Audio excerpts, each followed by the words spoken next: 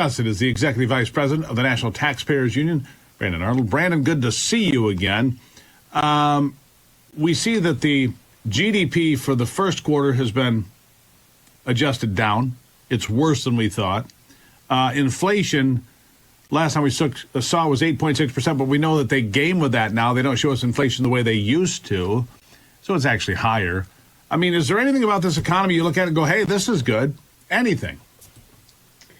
Not really, unfortunately. I wish I could come on and say positive things and happy thoughts with a lot of optimism, but unfortunately, recession is still an enormous problem. And what we're seeing out of the Fed now is action that will reduce inflation a little bit, but also potentially push us closer to a recession as we're seeing demand on the consumer side start to dry up when it comes to big ticket purchases like houses and cars. I think retail is the next step in that equation. Again, that could help on the inflation side a little bit, but what is going to hurt is that GDP figure and all of the associated jobs. So we're headed to a bad place, economically speaking, I'm sorry to say.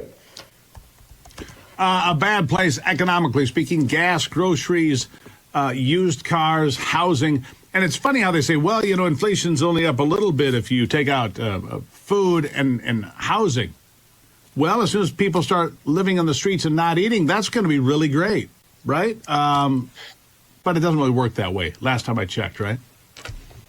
No, I mean, these are the costs that we can't avoid. Utility bills are up, food is up, gasoline is up, all of our core expenses are up. The things that are where there's more elasticity, we can forgo certain purchases. We can't forgo our core necessities, and that's where we're seeing the biggest cost increases, the double-digit inflation figures relative to last year. And I'll throw another one at you because we're looking at a holiday season. Steve, if you're like me and you like to watch the fireworks with a cold one in hand, beer's up about 25% relative to last year. So that's some cold comfort for your 4th of July celebrants. Well, that's terrible. That's terrible news. Well, what about White Claw? What's the price of that? This is just terrible news, Brandon. I'm completely upset. How am I going to enjoy my time now? Well, wine is only up 6%, so it's less inflation on the wine front than it is on the beer front. So depending on your alcoholic beverage of choice, you may be in better shape than others. Thankfully, a friend of mine owns a winery. I'll probably see it over the weekend for a moment or two. But every indication, I mean, I saw a poll today, 83% of Americans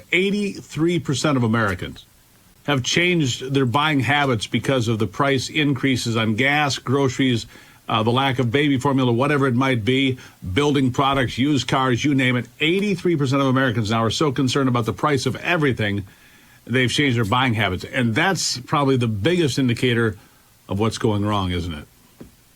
Yeah, of course. And that's what really had driven economic growth over the past year is that people didn't change their behavior that much. In fact, people had a lot of pent-up savings. They had a lot of pent-up demand because they were living in their houses afraid to go outside. So they wanted to go out there and finally make that used car purchase that they've been pushing off. They wanted to take those vacations that they had skipped because of the pandemic. But we're starting to see that dry up. People have tapped into their savings to the point where they don't have a lot of resources left. People are concerned about the economic future because even though they had good job security over the past several months or so, they're starting to see some cracks in the foundation there. So people are starting to curtail their activities. That means fewer vacations, less extravagant vacations, less going out to eat. And of course, what happens there is all of those businesses that depend on those activities are starting to feel the pain from this impending recession, if I may call it such. I think you can. I think a lot of people, in fact, we discussed it earlier on the program with another guest, pending or already here. You know, if you go to the average folks out there right now, they'll say it's already here. People that are working paycheck to paycheck, yeah, they've seen their paychecks get bigger and see it all get gobbled up and see their buying power go down. And the Biden administration, well, the unemployment rate's 3.5%. And so what? There are several million less people in the workforce today than there were in January of 2020. That's a fact. You can say the unemployment rate's whatever you want to say it is. Less people are working today. Wages are higher. Purchasing powers are down. It's all true. I'll give you the last word.